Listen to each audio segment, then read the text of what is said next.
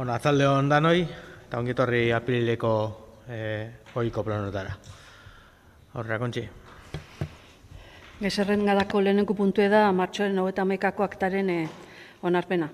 Konforme zaite? Bago batez, onartuta gehatzen da. Bigarrena, alkatearen jakinarazpenak. Hirugarrena, kontu ematea da. Udaleko bigarren eta laugarren kreditu aldaketak onartuz, 2025ko apirilaren 1 eta 7 emandako dekretuen berri ematea. Apirilaren 2ko dekretuaren ondorioz, transferentzi bat egin da, 5.000 eurokoa, partida batetik bestera. Eta laugarren kreditu aldaketan, kreditu gehiketak egin dira, guztira 317.000 eurokoak. Besterik gabe jakitun izateko. Gai zerrendako laugarren puntue, 2024ko udaleko, euskaltegiko eta Mispirualdeko aurrekontuen likidazioak onartuz emandako dekretuen berri ematea.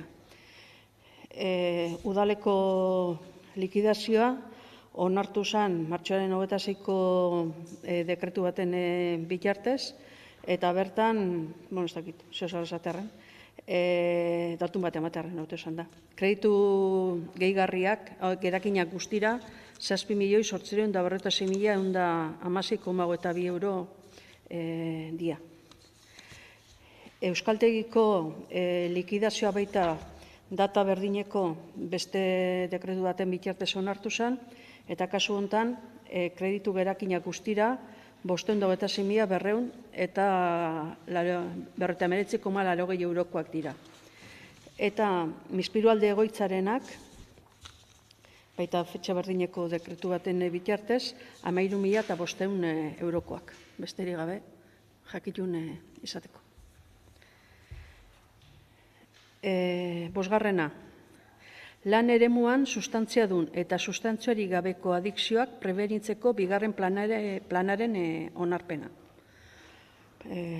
Plana onartzaren aldeko botoak? Bago batez, onartuta gehatzen da.